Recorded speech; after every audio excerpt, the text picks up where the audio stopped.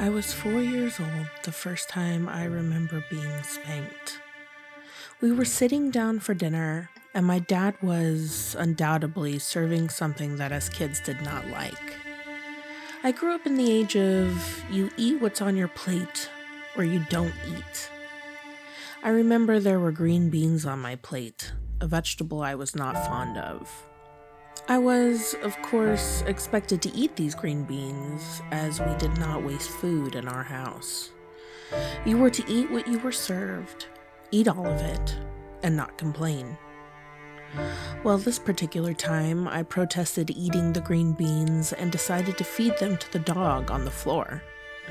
As a 4-year-old, I was not as smooth as I thought I was, and I was immediately busted for this action.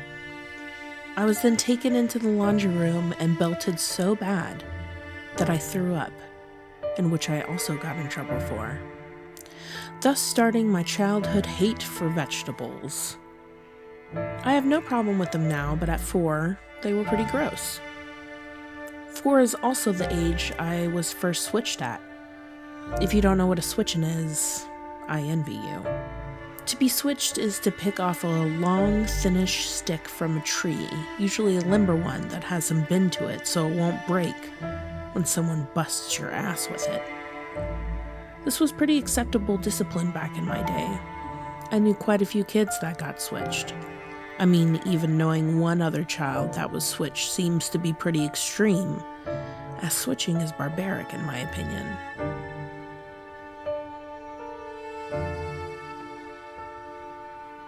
Thanks for joining me today. I'm Jess Faulkner, and this is Just Jess. The title of this episode is Jess, the Gentle Parent. Time for updates. I started the Jackify. So far, it's giving me blurred vision, I think. It could also be from the tons of pollen that's in the air right now. I don't know. I need more time to decide how I feel about it. It does make me epically tired. Like, come 1 p.m., I'm fighting to stay awake, and then when I do sleep, I sleep hard and for like 4 hours. The daddy-daughter dance was a huge success. Josh rented a beautiful tailed tux to wear. He had a black tux with a flat white shirt with a gold vest and pink bow tie and pocket square. Ursula wore this beautiful dusty rose gown with a hoop skirt. She had on these cute shoes that looked like glass slippers. They were just so beautiful. She wore these long white gloves with pearled ends, a pearl necklace, and clip-on earrings that were also dusty rose, gold, and pearl, and then had her hair half up with this beautiful pink, gold, and pearled headpiece. I think she was just the belle of the ball, no joke, and I'm so glad we could give that to her. I never had that growing up, so it means so much that my kids can have it. It's all about breaking cycles, right? I'm glad we were able to give her the experience where she felt like she was the most important person in the room, because I don't think I've ever felt that way. Charlie is coming to visit in April. I'm very excited. Charlie is easily one of my best friends, and I can't wait to see him. And then I think he and I are going to go to Myrtle Beach for the weekend. I'm very excited to see Charlie. I have fruit fly babies. I'm so excited. I have fruit fly babies. I have tons of fruit fly babies. There's just so many of them. I'm excited to see them grow. Oh my gosh, they're like long worms now. It's crazy. They're like long worms. Yesterday they were just little tiny black bugs, and now today they're like, there's long worms in there. So I'm really excited. But my mantis still hasn't hatched. My praying mantis still hasn't hatched. I put a grow light over it so that it can get some light. I've been working to keep the habitat moist by spraying it twice a day, and hopefully it's ready for the mantis now. I put sticks and greenery in there, some moss for them to hide around in. Did you know a single mantis egg will hatch anywhere between 120 to 200 eggs? The mantis will eat each other until there's only like 5 left from a single egg.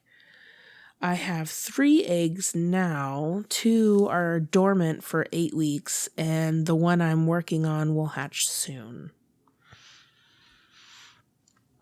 I went out and did karaoke again.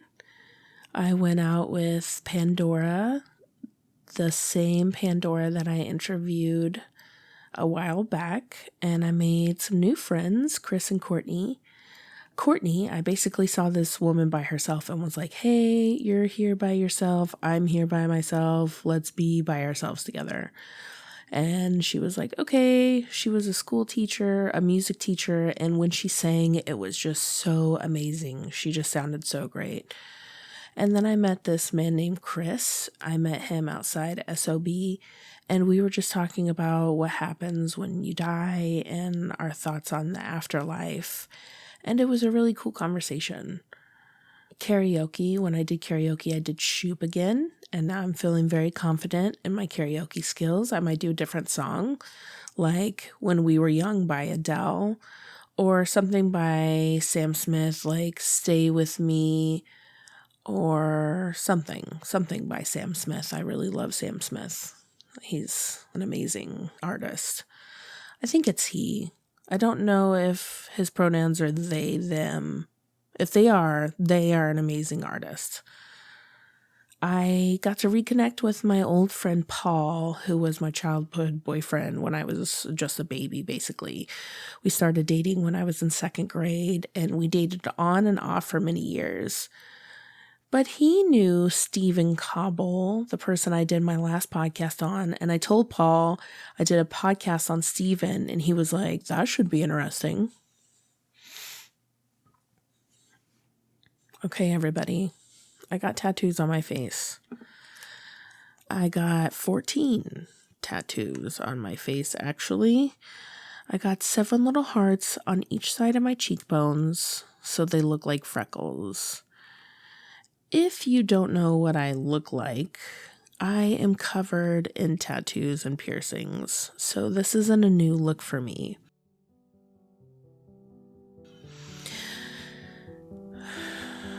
My dad says he'll never talk to me again. Also, he said that whores and prostitutes have face tattoos. But listen, I believe that sex work is work. But he literally told me, you ruined your looks. Now, I do not feel that way, as I have been constantly complimented on my little hearts.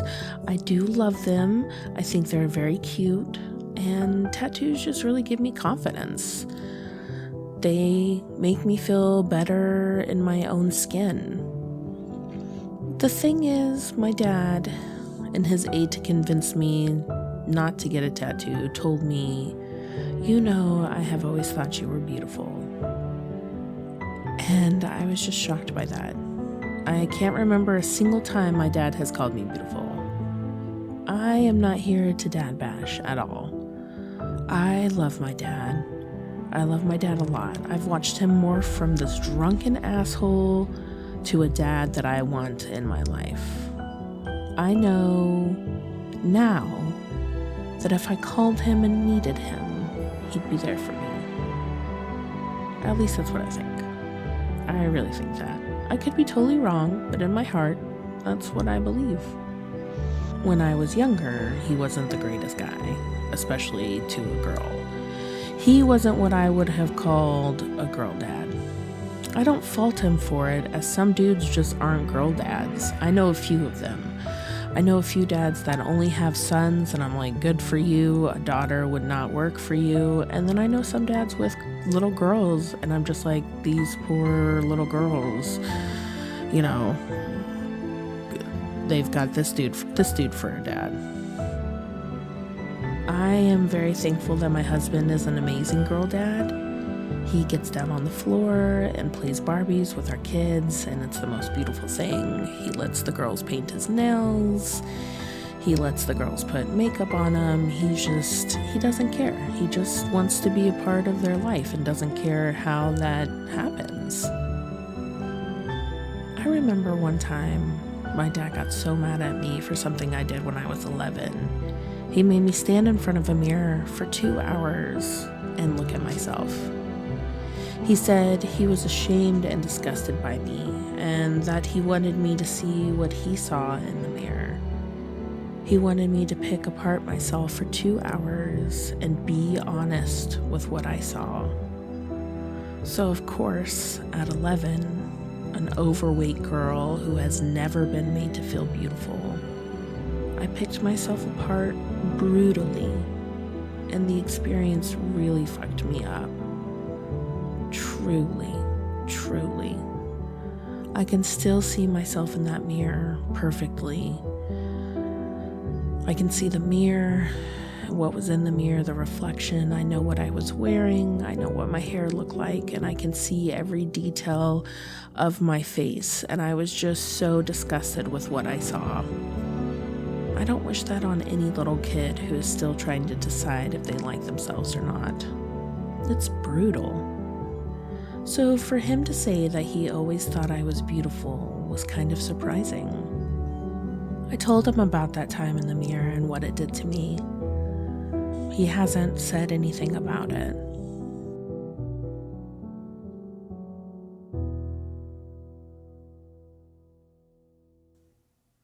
Evie's sick. I'm not sure what's wrong with her, but she has a fever and is a bit lethargic. I took her to the vet this morning, and they told me that her platelets are a bit enlarged, and I thought that was interesting because I have an issue with my platelets too. What are the odds?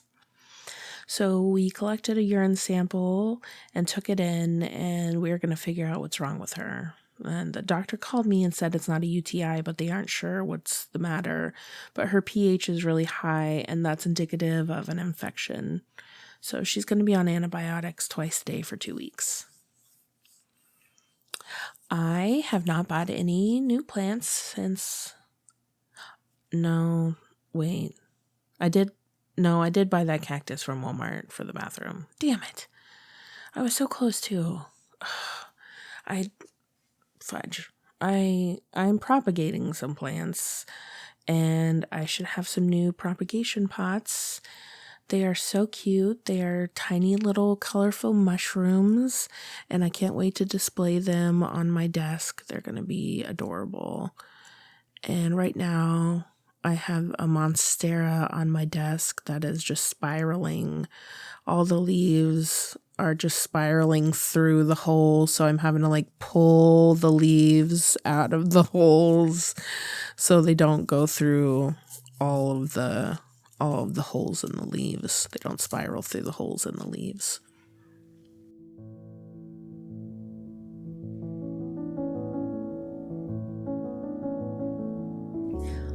Parenting is hard. Parenting is really hard. Before I had kids, I assumed I'd parent how I was parented, which was lots of spankings, lots of you're in trouble talks, and a lot of physical affection. Thanks, Mom.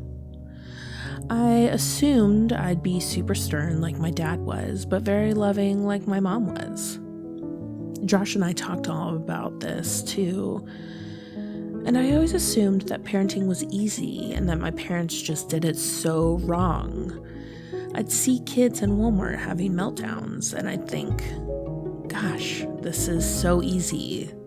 These parents obviously just suck at parenting. Little did I know. But after having kids myself, I learned a lot about myself as a parent. I realized that I could never spank my child, let alone lay a hand on them in a disciplinary action. And it was only after having 2 children did I realize how different each child was from the other. What worked with one child didn't mean it was going to work for the other child. Kids are just so different from each other. My kids had 2 very different sleeping habits, different eating habits, responded to parenting differently, and grew and progressed differently. It wasn't across the board between the two of them. And as our babies got older and started making bad decisions and such, we realized that we needed to figure out what type of parents we were going to be, and fast. Josh and I never read any parenting books or even looked into types of parenting to practice. We just sat in bed one night and had a long conversation about the type of parents we wanted to be. We agreed that we wanted to do better than our parents did, and that's the effort we put forward. Now, there are many types of parenting. The different types of parenting are authoritarian, where the parent establishes strict rules with little or no room for negotiations with the child. Children whose parents have an authoritarian parenting style can be anxious, withdrawn, and unhappy. Studies show that they have more mental health issues, including depression, suicide, alcoholism, and drug use. These children are unhappy, have lower self-esteem, and perform worse academically. Adults raised by authoritarian parents generally adhere to rules but harbor unresolved anger. They often rank low in happiness. Over-controlling parenting blocks opportunities for children to develop self-regulation and independent decision-making skills. This can lead to more impulsive, aggressive, and reactive behaviors. On a positive note, some research indicates that authoritarian parenting can have protective benefits in specific cultural backgrounds, including African American and Asian communities. However, the findings are inconclusive as studies present both positive and negative outcomes. Authoritative parenting. The parent has expectations for the child and explains their reason for disciplinary action. The child can have input into goals and expectations. Recent studies indicate that children of authoritative parents have more positive psychological outcomes and better mental health. They feel loved and cherished. They have fewer behavioral and delinquency problems. These children develop a strong sense of attachment security, independence, self-concept, and confidence.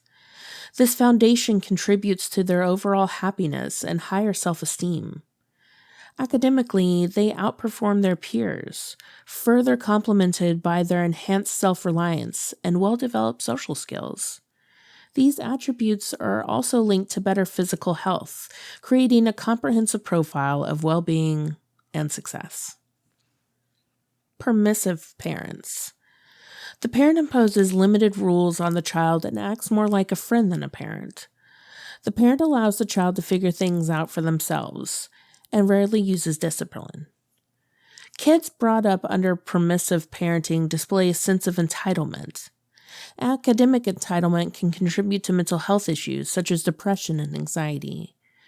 They are at higher risk for health problems such as obesity, sleep deprivation, and tooth decay because permissive parents don't limit intake.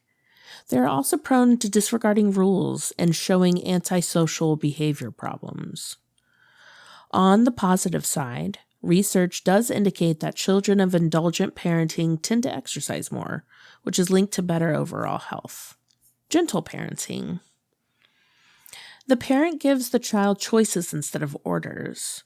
The parent affirms the child's emotions during undesired behavior, as opposed to correcting the behavior itself. The parent rarely uses punishment in response to behavior. Uninvolved or neglectful parenting. The parent fulfills the child's basic needs while generally remaining detached from their child's life. The parent tends to offer little nurturing while having few or no expectations for their child. Children raised by uninvolved parents generally feel that other aspects of their parents' lives are more important than they are and tend to have low self-esteem, poor self-control, trouble with peer relationships, and immaturity. Children commonly face mental health and emotional regulation challenges. These kids often report sadness, and have the lowest self-esteem compared to those from other parenting styles, feeling neglected, unloved, and insignificant. They are at risk of behavior problems and delinquency. Helicopter parenting. The parent is very involved in the child's life, hovering over them and micromanaging their every move. So when it came time to discipline our kids, how did we decide what to do? Well, we kind of winged it for a while until we saw the positive results of parenting our children the way we did. We constantly get stopped and complimented on how we talk to our children, but we find it odd because we just talk to them. We looked around and saw kids just shoved in front of their tablets, or being around their parents, but their parents not interacting with their kids when they were together. And that's just something we didn't want to do. Our goal was to raise respectful and confident children. We rewarded them when they did well, and then to discipline, we would talk to them and explain why what they did was wrong. We never spanked, swatted, yelled, or showed anger towards them because to us, they're just babies, and it's wasted on them. So it wasn't until a friend asked us about gentle parenting that we heard of the term. Gentle parenting is an approach to parenting that focuses on improving the child's self-awareness and understanding of their behavior. Instead of a traditional approach of punishment and reward, our goal was to peacefully and calmly explain to our kids what the problem is in hopes to correct their behavior. Now, I know gentle parenting is not for everyone, but here's the approach we took and some more basic information about gentle parenting from the Cleveland Clinic.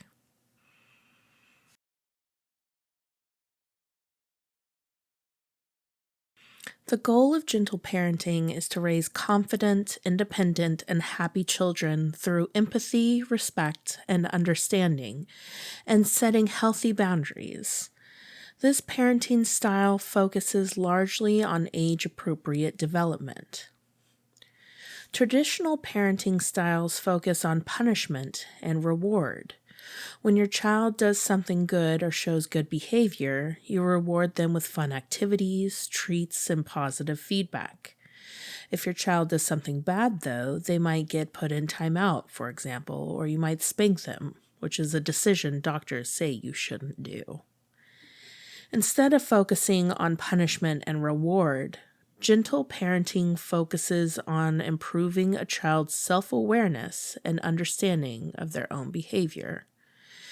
The idea is to be more like a coach for your kids rather than a punisher. Now, there are pros and cons to this parenting style, as there is with any parenting style. Gentle parenting helps kids learn how to empathize. While gentle parenting, you center how their actions directly impact how you feel. This teaches them the same lesson about consequences that traditional parenting styles have, except with a focus on feeling. As your child learns how they're making you feel, they're also seeing how you're responding to them. Gentle parenting, in that sense, helps kids down the line understand and ask themselves, is this behavior going to give me a good outcome or not? Kids learn a lot by imitating their parents. If they know their parents react to things by yelling and screaming when they're agitated, kids will respond the same way because they think it's okay. Gentle parenting can be a motivational tool. On one hand, if you only focus on correcting bad behavior, you're missing out on the ability to instill motivational behavior. Think of gentle parenting as coaching a game. If your child is having a hard time passing the ball, keeping up with teammates, or doing a good job, you would work with them to figure out what strategies work best and how to help them improve their game. The same thing goes for parenting. If your child is having trouble with aggression, talking back, or following rules, what are some small ways you can redirect their focus to help them get on the right track? If you're a coach and an advocate for your kid, you would respond by saying, okay, you can do this. I know it's hard, but we're going to help you out. You're obviously upset, so I'm going to give you some time until you calm down and we can talk again. That helps them build a little more of their personality and know that even though this is a temporary challenge, they can overcome it with your help. But this parenting approach is time-consuming. Gentle parenting requires two things. Your child needs to be self-aware to process their emotion and behavior. You have to be patient enough to dedicate time towards understanding your child and getting to know your child better. This is a little bit tough because parents might be working a lot, or their kids are in daycare or school or at the grandparents', so there may be a stronger connection with other caregivers. Not to be confused with helicopter parenting, gentle parenting requires you to be heavily involved in helping your child question, analyze, and process their behavior, rather than taking over for them.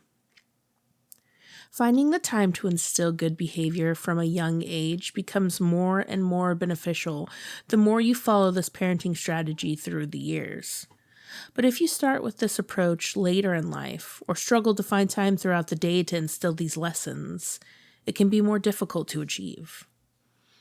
You have to unlearn a lot of behavior and set healthy boundaries. Part of gentle parenting is recognizing what are the triggers that set off your child's bad behavior. Do they have trouble getting ready because they're just not a morning person? Are they afraid of going to school? Or is it something else? Then you have to recognize your own triggers. Another challenge is overcoming how we were raised and trying not to mirror the parenting skills from our parents.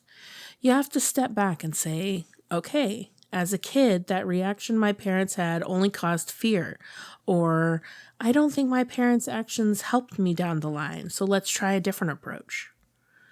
Recognizing what works for you and breaking away from the norm can be a fresh start for putting healthy boundaries in place. This way, when you get angry or stressed, you're able to actually take a step back and think before you act. One of the biggest fears about gentle parenting revolves around the idea that you might be seen more as a friend than a parental figure. There's this common misconception that gentle parenting gives more freedom to your kid and lets your kid do whatever they want. It's more about saying, let's work together to try to help you improve your behavior and help you develop the skills you need to manage more difficult situations down the line. And instead of your child responding from fear, your child is more likely to respond with empathy and mutual understanding.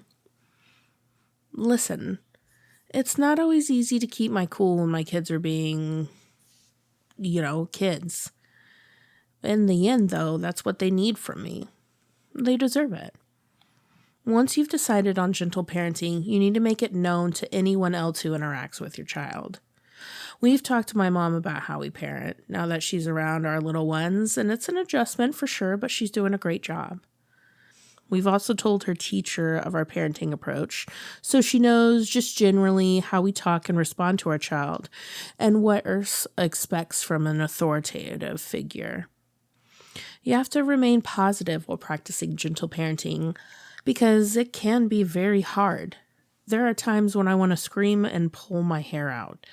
Are there times that I want to lose my cool? 100%. And gentle parenting is not for everyone.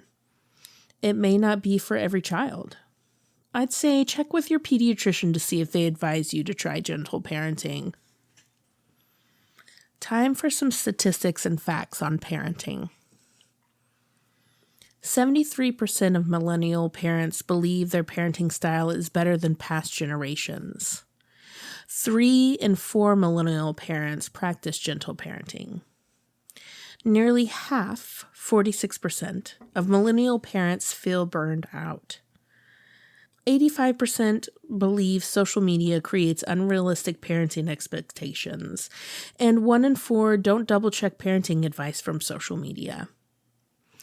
80% believe discussions with children around mental health are very important. 82% of millennial parents work, and 4 in 5 prioritize children over careers.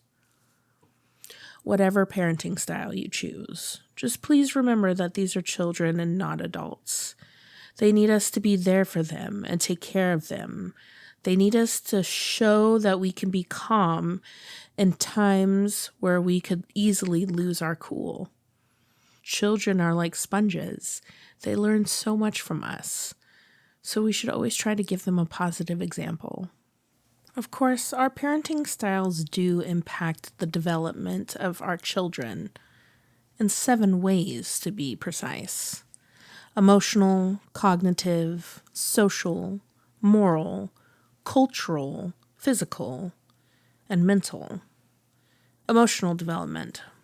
A child's early bond with parents shapes their ability to form relationships and manage emotions throughout life.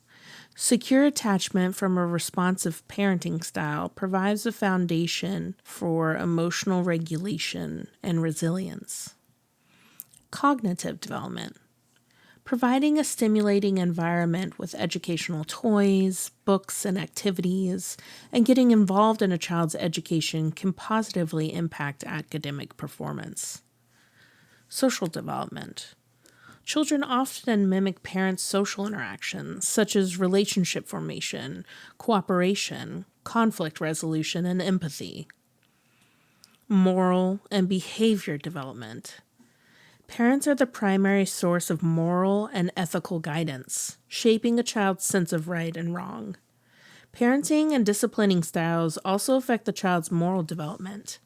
Parents with warmth, strict control, sympathy, and pro-social moral reasoning tend to create pro-social behavior in children. Cultural development. Parents pass down cultural norms, traditions, and values, shaping a child's cultural identity. Physical health. Parents influence eating habits and attitudes towards physical activity, affecting a child's long-term health. Mental health. Parenting styles affect a child's self-esteem, stress coping, and mental health development. Of course, there are types of bad parenting styles. Bad parenting styles occur when parents fail to prioritize their children's well-being, leading to detrimental effects on their health and development. There is abusive parenting. Child maltreatment, such as physical abuse, sexual abuse, emotional abuse, and neglect, can lead to severe and long-lasting harm. These adverse childhood experiences can result in childhood trauma. Children can suffer from mental health issues and experience difficulties in relationships in adulthood. Toxic parenting. Abusive, neglectful, or highly dysfunctional behaviors severely impact a child's emotional and psychological well-being. Children exposed to a toxic environment often struggle with low self-esteem, trust issues, and a range of mental health challenges, including anxiety and depression. Narcissistic parenting. Narcissistic parents often prioritize their own needs and emotions over their child's and may use the child to fulfill their unmet needs or enhance their self-esteem. This can lead to children struggling with self-worth, developing codependent behaviors, and having difficulties in forming healthy relationships. Gaslighting parenting. Manipulating a child's perception of reality, often making them doubt their memories or feelings. Children exposed to this form of emotional manipulation may develop severe trust issues, anxiety, and a distorted sense of self-reality. Dismissive parenting. Characterized by a lack of responsiveness to a child's emotional needs. Children raised in this environment often struggle with emotional regulation, feel insecure in relationships, and may develop a deep-seated belief that their feelings are invalid or unimportant.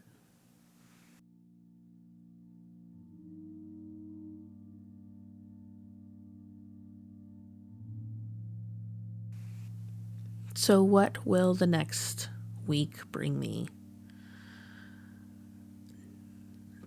By tomorrow, I should have some new clothes from They should be here. I am also patiently waiting the results from my DNA My Dog to see exactly what Evie is. Right now, we believe her to be an Australian German Shepherd. I should be getting my Just Jess neon sign for my office today. I'm very excited about that. I will take a picture of it and post it on my blog.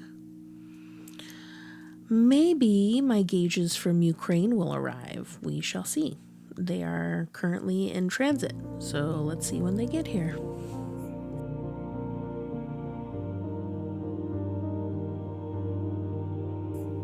This is called The Last Time, from author unknown.